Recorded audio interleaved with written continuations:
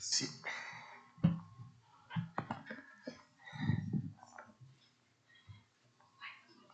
Bon matin. Soyez bénis dans la maison du Seigneur. Que le Seigneur nous bénisse ce matin. Nous allons trouver notre lecture de ce matin dans Jean chapitre 21,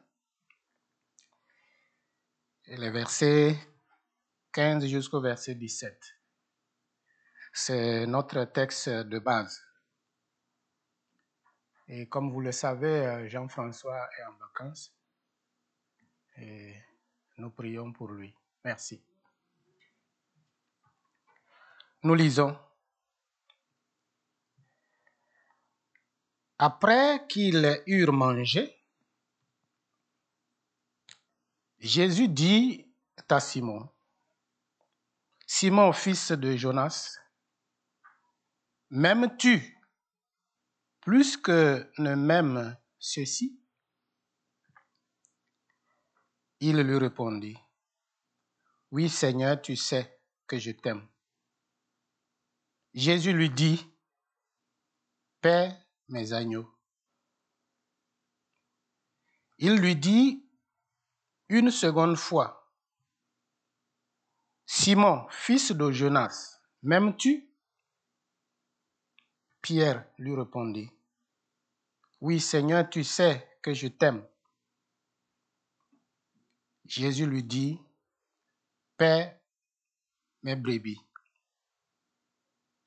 Il lui dit pour la troisième fois, « Simon, fils de Jonas, m'aimes-tu » Pierre fut attristé de ce qu'il lui avait dit pour la troisième fois, « M'aimes-tu » Et il lui répondit, « Seigneur, tu sais toutes choses. Tu sais que je t'aime. » Jésus lui dit, « Paie mes brebis. » Donc ce matin, je voudrais vous proposer comme sujet, de quel amour aimes-tu le Seigneur? Et c'est une question que chacun, à la fin de ce message, pourra répondre. De quel amour aimes-tu le Seigneur? Ici, dans ces versets qu'on vient de lire,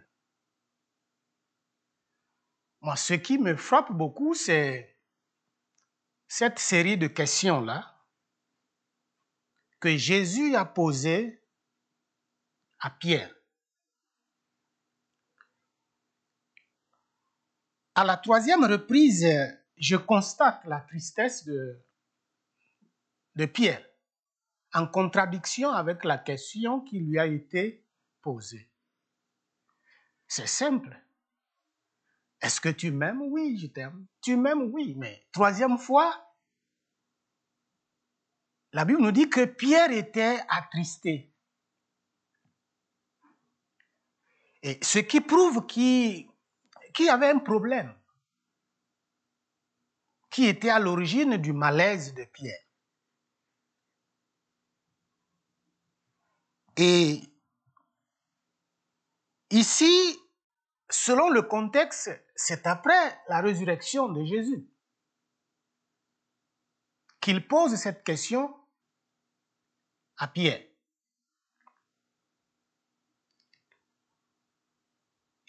Je veux insister sur l'amour et surtout les deux types d'amour qu'il est question dans ce texte. C'est quoi l'amour? Chacun peut donner une définition à ce mot. Mais l'amour, c'est un sentiment d'affection et d'attachement envers un être vivant, envers quelqu'un ou envers quelqu'une, assez intense. Et dans l'amour, on cherche la proximité. sur le plan physique, intellectuel, même imaginaire, sur l'objet qu'on aime.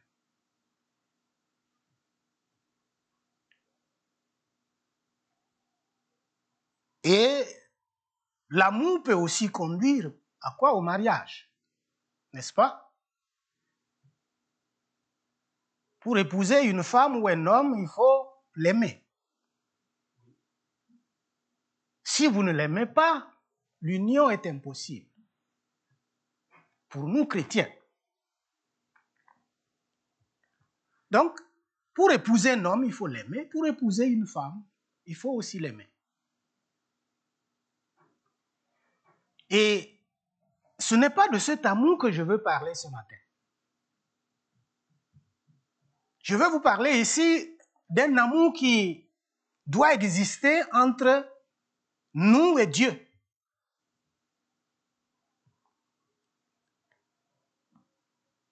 Ici, dans l'évangile de Jean, au niveau du français, le problème ne se pose pas parce qu'il n'y a pas une différence d'écriture entre Pierre m'aimes-tu. C'est la même chose partout. Mais à la troisième reprise, Pierre est attristé. Mais dans la version grecque, le même mot ne signifie pas la même chose. Il y a des nuances.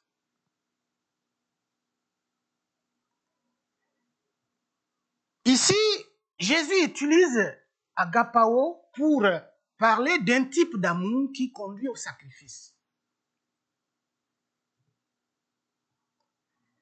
Et Pierre, dans sa réponse, utilise philéo, qui est aussi un type d'amour qui n'implique pas le sacrifice. Un amour entre amis. Si ça chauffe, l'ami vous abandonne, il s'en va. Mais un amour qui implique le sacrifice va plus loin.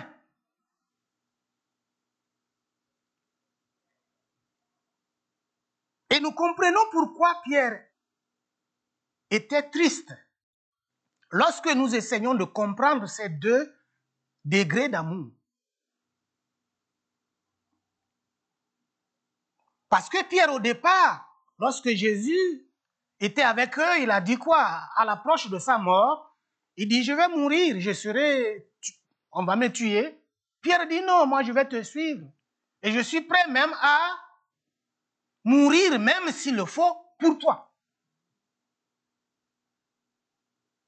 C'était quand même courageux de sa part. Il a dit ça. Qu'il aime le Seigneur Jésus, qu'il est prêt à le suivre partout. Il est prêt même à donner sa vie pour lui. Mais Jésus va lui dire, attention Pierre, avant que le coq ne chante quoi? Tu m'auras renié 3 fois.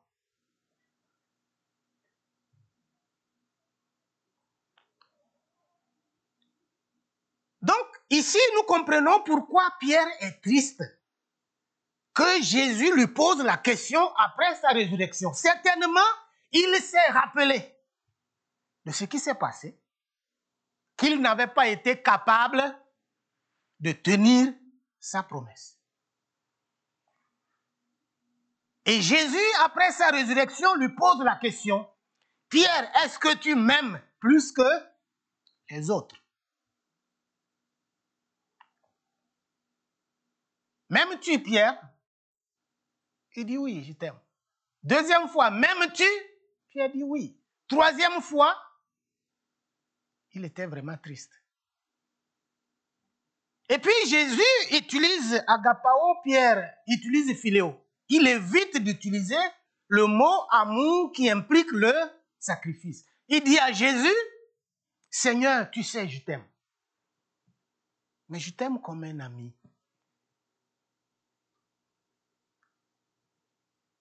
Il s'est rappelé qu'il n'a pas été capable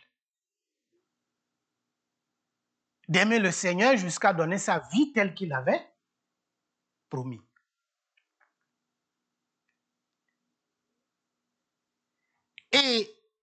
C'est ce type d'amour aussi que nous voyons dans Éphésiens chapitre 5, verset 25. Il est dit là, Marie, aimez vos femmes, comme Christ a aimé l'Église, il s'est livré lui-même pour elle. Vous comprenez? Paul prend le modèle de Jésus et il explique au mari, au couple, comment ils doivent s'aimer. Ce que c'est que l'amour.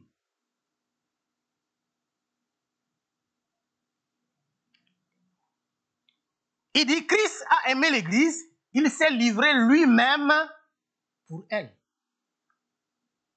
Jésus nous a aimés, c'est pourquoi il est mort. Il a accepté la mort, la souffrance, parce qu'il nous aime. C'est un amour sacrificiel.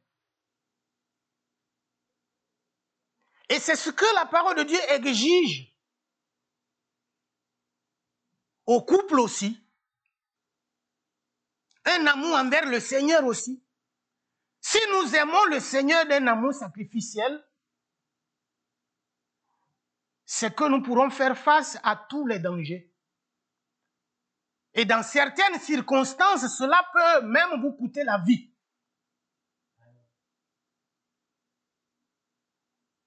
Donc, on ne doit pas aimer Dieu comme on aime un ami. Si ça ne va pas, on l'abandonne. Il n'y a pas de contrainte entre simple amitié. Mais lorsqu'on aime Dieu d'un amour sacrificiel, quelles qu'en soient les circonstances, nous n'allons jamais les quitter. Nous n'allons jamais renoncer à la foi. Nous n'allons jamais l'abandonner.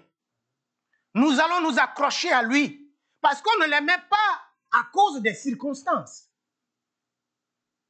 Vous savez, souvent, plusieurs amitiés sont liées juste pour la circonstance ou pour des questions d'intérêt. Mais une fois que l'intérêt n'existe pas, tout de suite, l'amitié prend un coup.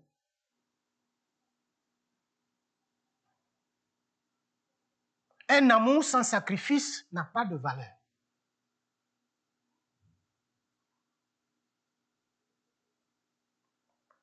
Un amour au sein duquel on est prêt à abandonner son ami lorsque ça chauffe n'est pas un vrai amour. C'est ce que la parole de Dieu veut nous faire comprendre.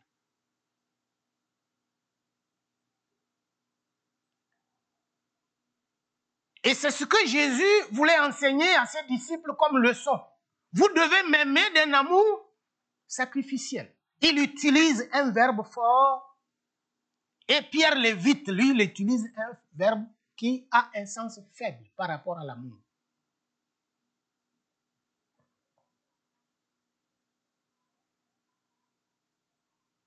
Est-ce que nous aimons le Seigneur de façon vraiment sacrificielle? Cette question mérite d'être posée lorsque nous voyons des fois comment les gens abandonnent la foi facilement. On se demande à la base qu'est-ce qui a été à l'origine de leur conversion. Si vous venez auprès du Seigneur parce que vous désirez voir un miracle ou bien obtenir quelque chose, le jour où vous n'aurez pas la chose, vous avez de fortes chances de faire demi-tour. Mais si vous venez auprès du Seigneur parce que vous avez cru en lui, il est votre sauveur. Vous n'attendez rien de lui, mais vous savez qu'en cas de problème, il peut vous sauver du danger. Il peut vous aider. Lorsque vous aurez un problème difficile à gérer, vous allez toujours rester dans la foi.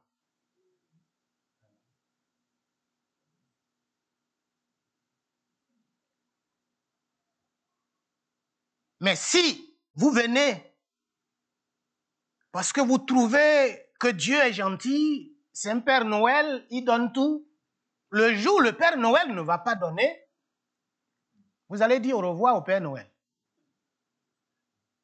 Et on a vu avec de nombreux disciples qui accompagnaient Jésus. Des milliers, des centaines. Vous voyez, quelque part, ils vont voir Jésus dire, mais maître, on te cherchait partout, tu étais où? Parce qu'ils avaient faim, ils voulaient manger. Mais le jour où Jésus a dit, vous voyez, je suis le pain descendu du ciel. Si vous me mangez là, vous n'aurez jamais faim. Qu'est-ce qui s'est passé? On dit, mais cette parole est dure. Qui peut l'écouter, ce monsieur? Une grande partie des disciples est partie, n'est-ce pas? C'est là que Jésus va se tourner vers ses disciples. Il dit, mais vous, pourquoi vous n'êtes pas partis? Les disciples vont dire, nous, on ne te suit pas, on ne te suit pas, ou bien on n'est pas tes disciples parce qu'on veut manger. Mais c'est parce que tu as la parole de la vie. On te suit parce que tu es notre sauveur. Tu es tout pour nous.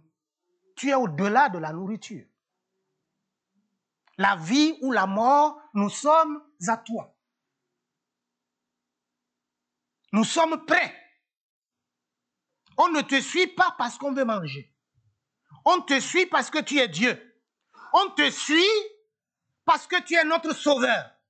On te suit parce que tu peux nous sauver en cas de danger. Mais on est prêt à affronter le danger parce qu'on sait que tu es derrière nous, ou tu es devant nous, tu es partout autour de nous, tu peux nous protéger du danger.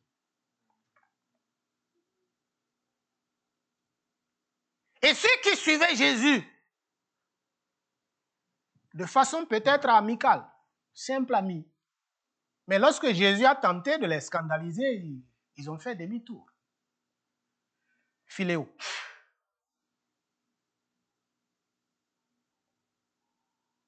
Mais ceux qui aimaient Jésus de façon sacrificielle, qui étaient prêts à aller au-delà même du manger ou du boire, sont restés avec lui. Pierre dit, on ne va nulle part. Nous allons rester ici. On va marcher avec toi. Mais c'est vrai, ils avaient besoin de l'assistance du Saint-Esprit pour pouvoir accomplir ces œuvres. Ce n'est pas facile de faire des déclarations et de les tenir sans l'aide de Dieu.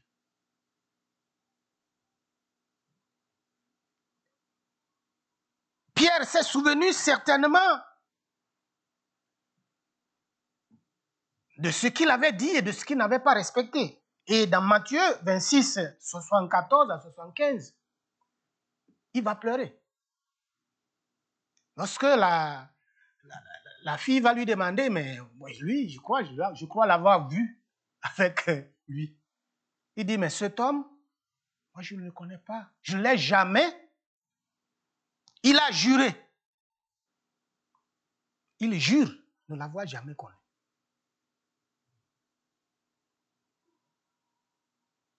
Troisième fois, il va pleurer parce que Jésus va le regarder. Pierre va, tout de suite, ses paroles lui reviennent à l'esprit. Hey, j'avais dit ça. Et Jésus le comprend. Il avait besoin du soutien de Dieu, de l'assistance de l'Esprit. Jésus ne l'a pas condamné. Il l'aimait toujours. Et c'est pourquoi, après sa résurrection, il repose la question à Pierre. Est-ce que Pierre, pour cette fois-ci, tu peux faire de telles déclarations? Mais Pierre a été vraiment brisé par cet échec-là et il est maintenant humble. Il peut demander le secours de Dieu pour réussir. Parce que dans sa déclaration, je te suivrai jusqu'à donner ma vie, il comptait sur lui-même. Vous comprenez? Il comptait sur sa force. Mais après l'échec, il pouvait maintenant compter sur Dieu pour réussir. C'est pourquoi il dit, Seigneur, tu sais toutes choses. tu sais que je n'ai pas été capable de t'aimer jusqu'au sacrifice. Maintenant, j'ai besoin de ton secours. Voilà pourquoi il a été triste du fait que Jésus a insisté plusieurs fois sur l'amour.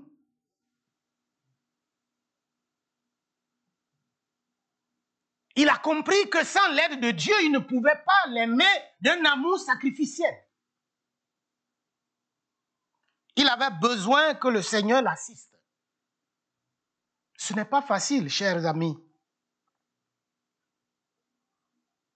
d'aimer Dieu d'un amour sacrificiel.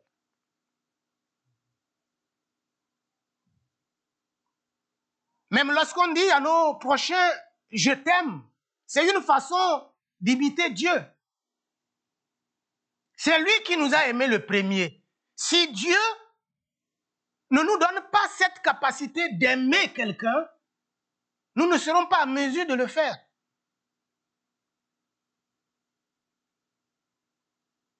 Quel type d'amour aimez-vous le Seigneur?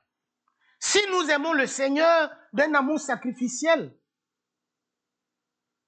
aucun sacrifice aussi ne sera trop grand pour nous envers lui. Rien ne sera difficile pour nous dans son œuvre. Nous allons accomplir son œuvre avec joie. Mais lorsque nous servons Dieu dans l'église comme si c'était des obligations, ça veut dire qu'il y a problème. On le fait, mais on est triste. On le fait malgré soi. Si vous le faites parce que votre pasteur vous a demandé, ça ne vous rend aucun service. Si vous le faites parce que vous considérez que c'est Dieu qui vous demande, cela vous rendra un grand service. Parce que les hommes auront toujours des défauts. Mais Dieu, lui, n'a pas de défaut. Même si les hommes, dans leur attitude, vous blessent ou bien vous mettent mal à l'aise. Et la tendance qu'on a, c'est d'être découragé pour l'œuvre de Dieu. Mais vous devez savoir que tant qu'on vit ensemble, il y aura toujours des petits problèmes. Nous sommes tous des humains.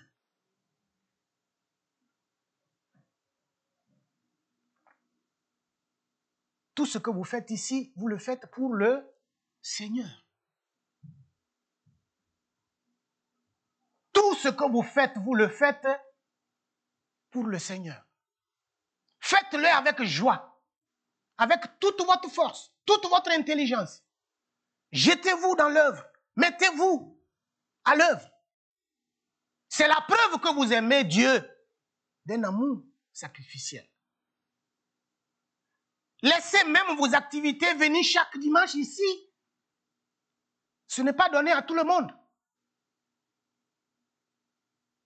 Dieu tiendra compte de tout ça. C'est vrai, on est pris par le temps. Nous n'avons pas le temps. On a beaucoup de choses à gérer. Et puis, on n'a pas le temps pour nous consacrer à l'œuvre de Dieu. Et les excuses qu'on trouve, c'est que, bon, nous avons beaucoup de choses à faire. Mais est-ce que c'est une raison valable pour Dieu? Je ne crois pas. Nous devons aimer notre Seigneur au point d'être prêts à tout pour lui. Pierre n'avait pas été capable. Mais avec le temps, il va mûrir.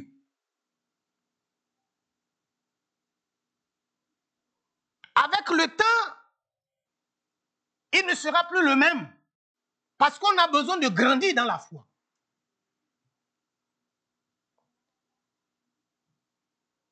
Pierre a été capable d'aimer le Seigneur avec le temps d'un amour sacrificiel. Mais au départ, ce n'était pas le cas.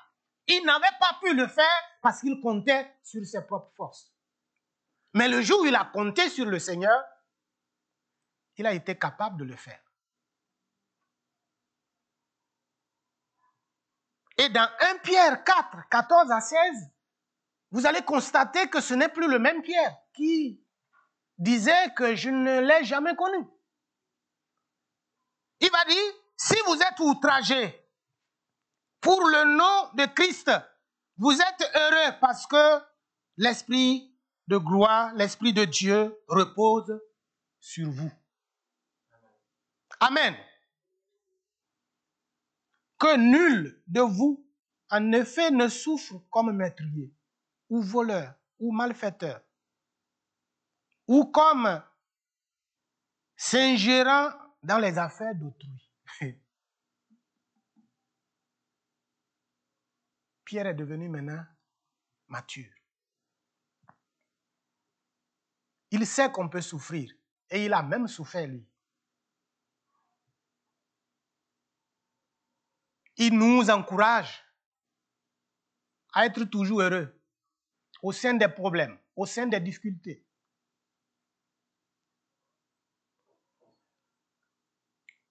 Et Jean 15, 13, Jésus lui-même dit, il n'y a pas de plus grand amour que de donner sa vie pour ses amis. Et Dieu nous a donné un bel exemple avec Jésus lui-même. Il a aimé le monde, il a donné son Fils unique, ce qu'il avait de meilleur. Fils unique, ce n'est pas deux. Vous avez une voiture, c'est la seule voiture que vous avez, et puis vous offrez cette voiture-là à un de vos amis et vous allez à pied. C'est possible avec nous, les humains? Même si on dit oui, c'est avec grincement de dents. C'est pas possible. Et Dieu nous comprend. C'est pour vous dire que le sacrifice suprême, on l'apprend avec Dieu. Il a été le premier. Il nous donne Jésus, son Fils unique. Nous étions pécheurs. Il envoie encore Jésus mourir pour nous. Il aurait pu nous laisser mourir dans nos péchés. Mais il dit non. Je les aime tant. Et il est prêt lui-même à mourir pour nous. Dieu n'avait aucune dette envers nous. C'est l'homme qui avait plutôt une dette envers lui. Et il va encore payer la dette de l'homme et effacer tout le reste. Il dit, je remets le compteur à zéro. Quel amour! Au fait, l'amour sacrificiel premier, nous l'avons auprès de Dieu. Il nous a aimés, il s'est lui-même sacrifié. Et c'est une leçon qu'il veut nous apprendre. Non seulement à l'aimer d'un amour sacrificiel, mais aussi dans nos rapports avec nos semblables, que nous puissions comprendre que quelquefois, l'amour peut nous conduire très loin. Mais il faut savoir de quel type d'amour vous aimez la personne.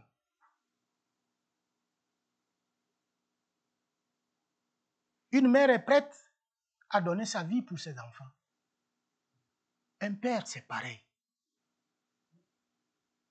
Et c'est pourquoi Paul donne le modèle à l'Église et à la famille. Il dit, Marie, aimez vos femmes comme Christ a aimé l'Église. Il s'est livré lui-même pour elle.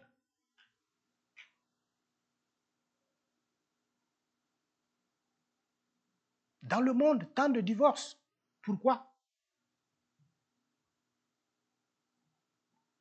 Parce que quelque part, il n'y a pas assez de sacrifices. On pense trouver le meilleur homme ou la meilleure femme. Or, toutes les femmes ont des défauts et tous les hommes ont des défauts.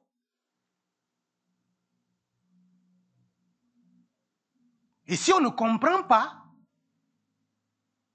que Dieu lui-même nous a aimés malgré nos défauts et qu'on doit quelquefois être tolérant, nous allons prendre certaines décisions qu'on va regretter après. Que Dieu nous donne la force de l'aimer d'un amour sacrificiel. Quelle qu'en soit la souffrance que vous endurez dans l'œuvre de Dieu, n'abandonnez pas. Travaillez. C'est pourquoi la Bible nous dit travaillez de mieux en mieux à l'œuvre du Seigneur. Parce que votre travail ne sera pas vain dans le Seigneur.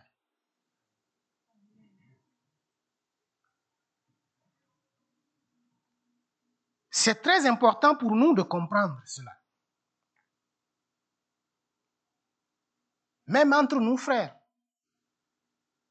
vous pouvez peut-être vous blesser les uns les autres. Il y en a qui savent bien parler, d'autres non plus. Ils peuvent blesser les gens sans s'en rendre compte. Mais nous sommes appelés à nous pardonner quotidiennement, à nous comprendre, à nous confesser les uns les autres. Aucun n'est parfait. Nous avons tous besoin de l'assistance de Dieu pour aimer les autres comme cela se doit.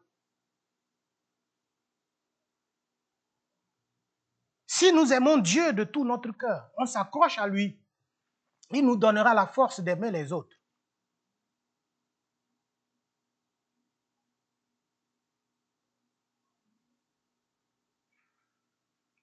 L'amour manque aujourd'hui dans le monde. Tant de haine, tant de violence, c'est dû à quoi? Au fait qu'on n'aime pas assez. Quand on aime, on tolère, on comprend. La Bible dit quoi? L'amour couvre une multitude de fautes, de péchés. Vous comprenez? Couvre une multitude. On n'a pas dit un, deux. Multitude de péchés. Quand on aime, on est prêt à pardonner. Si vous entendez quelqu'un dire c'est fini, il faut savoir qu'il ne vous aime pas assez. Quand on aime, on est prêt à tolérer.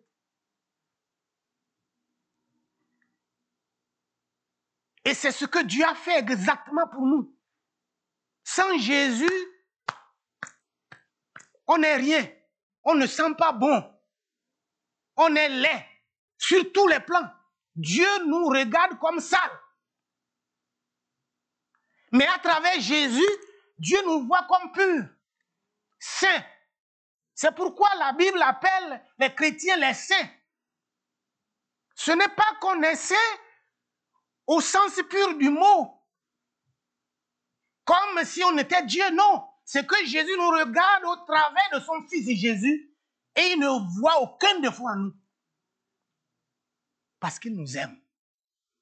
Puisqu'il nous aime, toutes nos fautes, il les couvre.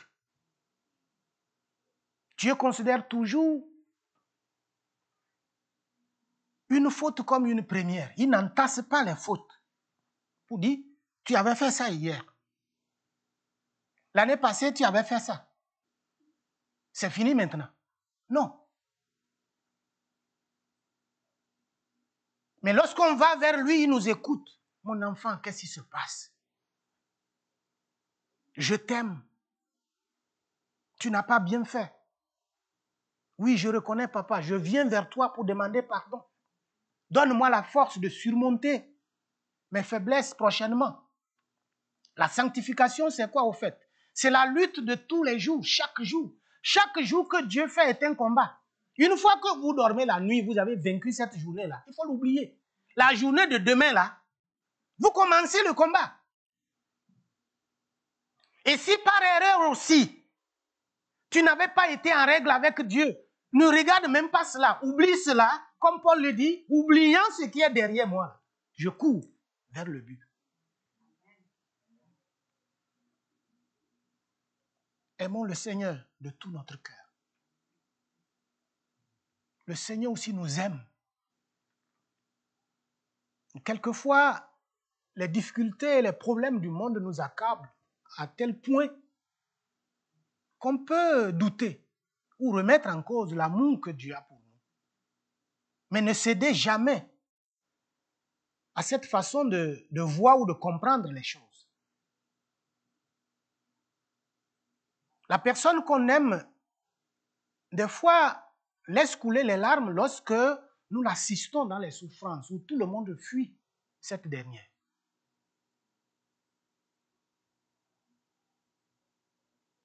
C'est en ce moment, la personne comprend le degré d'amour que vous avez pour elle.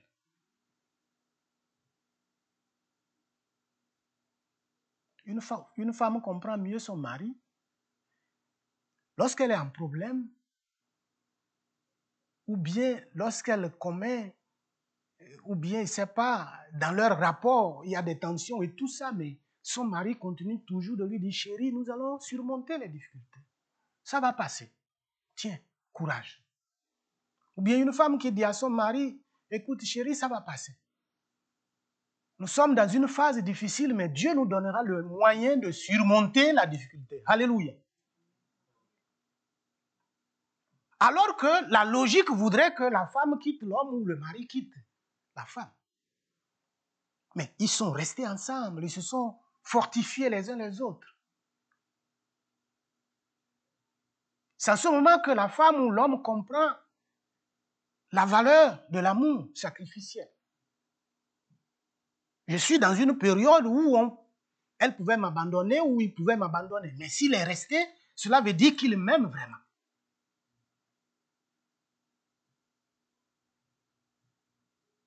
C'est ça le sacrifice. Ne soyons pas comme le monde. Quand ça ne va pas, on abandonne. Les amitiés dans le monde sont tissées autour des intérêts. Mais avec nous, chrétiens, ce n'est pas pareil. Soyez prêts à mourir pour vos enfants. Soyez prêts à mourir pour votre famille. Soyez prêts à mourir pour la cause de Jésus. Dieu vous donnera la force de supporter tout. Oubliez les erreurs du passé. On peut reconstruire notre vie dès à présent. On peut avoir peut-être commis des erreurs dans le passé. Mais à partir de cet instant où on a compris le sens du vrai amour, on peut commencer un nouveau départ. Et le Seigneur est prêt, il va nous aider.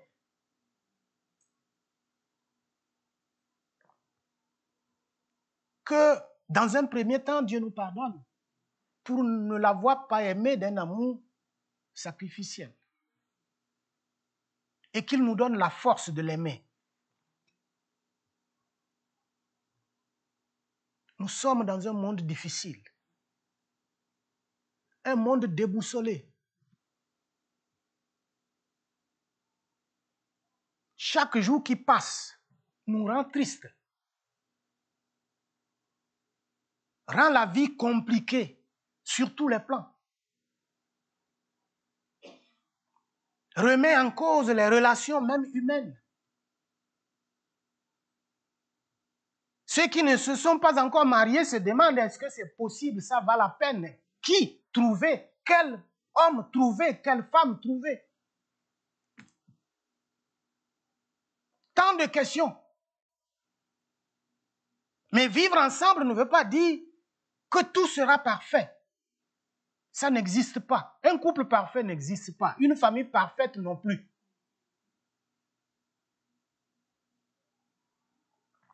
Un jour, ma fille disait à mon épouse que elle veut avoir un mari comme moi.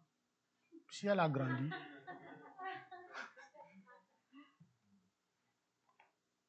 Qu'il n'y a rien, tout va bien. J'ai dit dans mon cœur, ne sais pas. Des fois, tout va mal, mais on gère ailleurs nos problèmes. Pas devant les enfants. Je t'assure, des fois, tout va mal. J'ai dit, elle est naïve, elle ne comprend pas.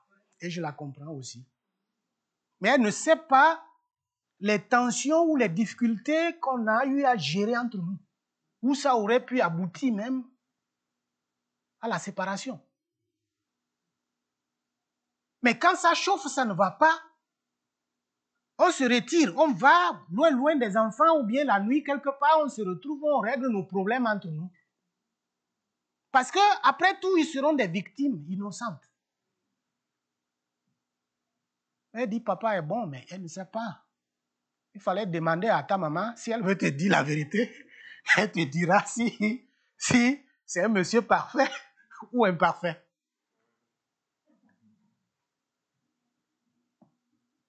Malgré ces problèmes, nous sommes restés. Chaque jour est une lutte.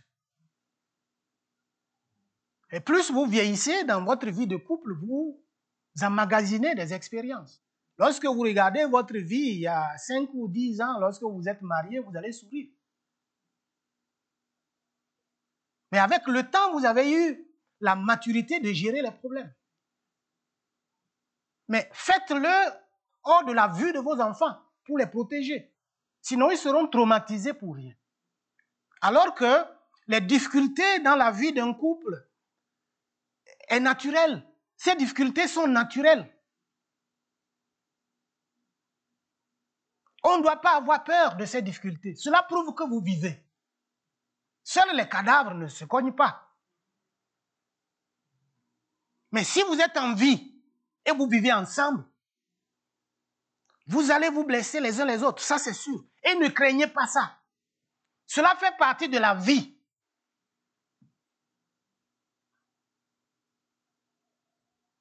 Que Dieu nous donne la force, qu'il nous vienne en aide pour que nous puissions véritablement l'aimer. De quel amour aimez-vous le Seigneur? Est-ce que nous avons été capables de l'aimer d'un amour sacrificiel? Moi-même, je me pose cette question. À chacun de se poser cette question et à chacun maintenant de trouver sa réponse. Dieu connaît votre cœur. Il sait ce que vous vivez. Mais la leçon qu'il veut nous enseigner ce matin, c'est de revoir notre façon de l'aimer. Et notre façon de l'aimer aura une répercussion sur l'ensemble de notre vie chrétienne et même dans nos rapports avec nos semblables. Nous allons ensemble prier pour que le Seigneur nous soutienne.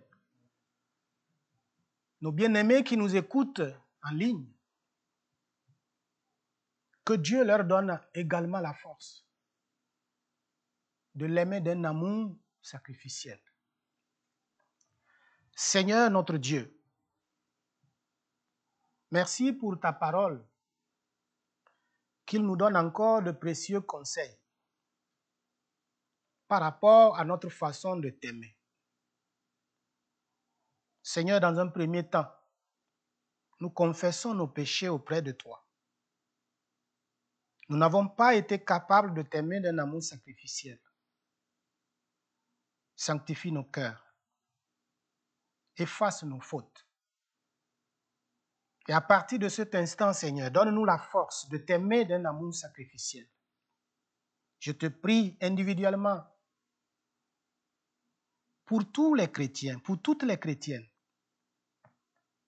pour chaque famille, chaque individu, chaque enfant. Déverse ton amour en nous et fais en sorte que nous puissions t'aimer de tout notre cœur, de toute notre âme, de toute notre force. Sans toi, nous ne pouvons rien faire. Nous comptons sur toi pour réussir. Fortifie-nous ce matin. Console les cœurs attristés, comme Pierre l'a été. Il a été triste parce qu'il avait compris le sens de ta question. Certainement, ce matin, tu nous parles encore et nos cœurs sont attristés. Une bonne tristesse qui nous conduit à la repentance. Merci, Papa, pour tout ce que tu fais. Je bénis ton Saint-Nom et je te recommande ton peuple, Seigneur. C'est toi qui le connais. Et je te prie, Seigneur, pour chaque personne ici présente. Continue de les assister, fortifie-les. Là où il y avait des difficultés, Seigneur, que tu les lèves et rends-nous capables de t'aimer. Merci, Papa. Au nom de Jésus, nous avons prié. Amen. Merci beaucoup. Que le Seigneur vous bénisse. Merci. Oui, oui. Si notre femme, c'est une sorcière qui a de la haine tellement, jour après jour, qui a des discothèques, combien d'années on peut rester avec elle? Bon. J'ai essayé 19 ans. Oui, c'est une question difficile à répondre parce que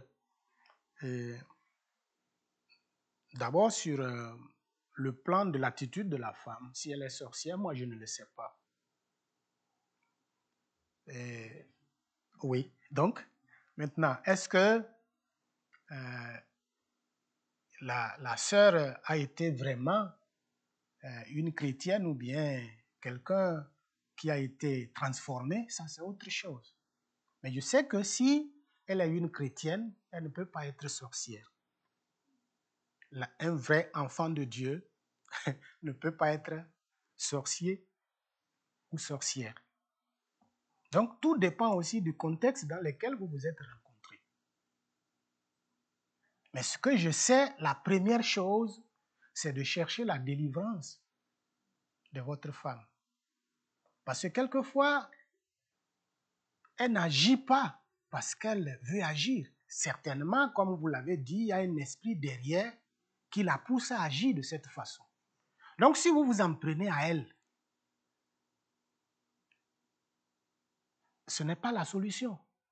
Parce que c'est pas elle. Vous savez, la possession est très difficile à gérer. Lorsque l'esprit pousse la personne à agir, elle est hors de contrôle d'elle-même. Vous comprenez? Moi, je pense que la première solution, c'est de chercher d'abord qu'elle soit vraiment délivrée, si elle est sorcière. Dans ce contexte, tout ce qu'elle fait, ce n'est pas de sa volonté. Il y a un esprit qui la pousse à agir. Et si vous vous en prenez à elle, ça ne va rien résoudre.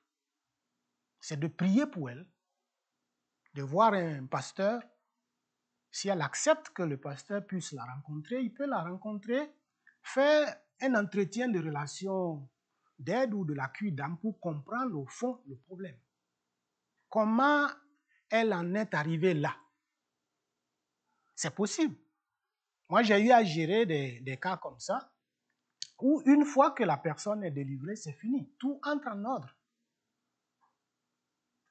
Mais tant que ce problème spirituel n'est pas réglé, vous ne pouvez pas vous attendre d'elle d'un comportement normal. Ça ne va pas venir.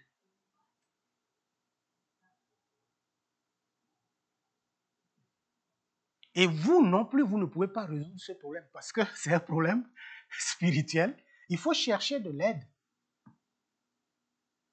Il y a des séances nous, on organisait, il y a souvent des séances de délivrance pour des cas comme ça, où on essaie vraiment de causer avec la personne et de voir quel type de lien la personne a tissé avec ces esprits-là et on les brise. Et si la personne est sincère dans sa confession, la délivrance est automatique. Ça passe.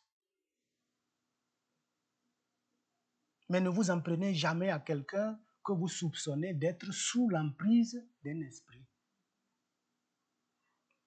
Elle ne s'appartient pas. Même dans les évangiles, vous allez trouver beaucoup de cas comme ça, où les gens agissent de façon incontrôlée, mais une fois la personne est délivrée, c'est fini. C'est ça. Voilà ce que je peux dire. C'est juste un conseil, mais la première étape, c'est de chercher une aide ou chercher à délivrer votre femme. Et c'est des questions difficiles à gérer, mais Dieu vous donnera la force nécessaire. C'est ça. Ouais. C'est pas facile, je vous comprends. Et le Seigneur vous comprend aussi. Il va vous donner la force. C'est ça. Parce que Dieu a besoin que d'abord ta femme soit sauvée. Ou bien, c'est ça. Et la première des choses, c'est ça. Donc, voilà ce que je peux dire. La réponse n'est pas parfaite, mais c'est juste ça. Voilà. Est-ce que c'est un peu... Ok, merci.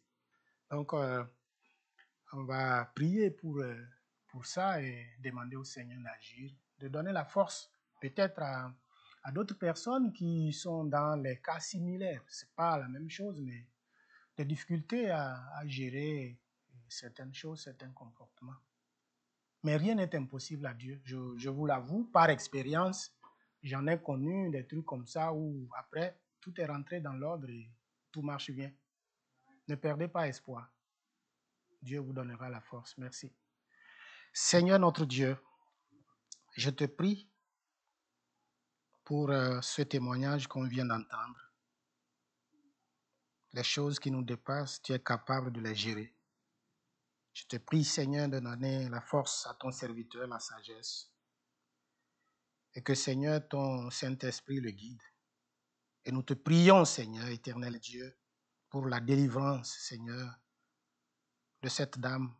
Tu l'as créée à ton image. Et que le démon n'a pas l'autorité de gérer sa vie comme il entend. Seigneur, tu es le seul à connaître le moyen par lequel tu vas résoudre ce problème. Trace-nous les pistes, Seigneur, mon Dieu, pour que nous puissions, éternel Dieu Tout-Puissant, aider à résoudre ces types de problèmes. Et s'il y avait aussi d'autres frères et sœurs qui sont ici et qui ont des difficultés, que tu les soutiennes. Je sais que tu peux décanter la situation sans l'intervention humaine. Merci, Seigneur. Nous voulons te louer pour ta fidélité. Au nom de Jésus. Amen. Merci. Que le Seigneur vous soutienne et qu'il vous aide. Merci.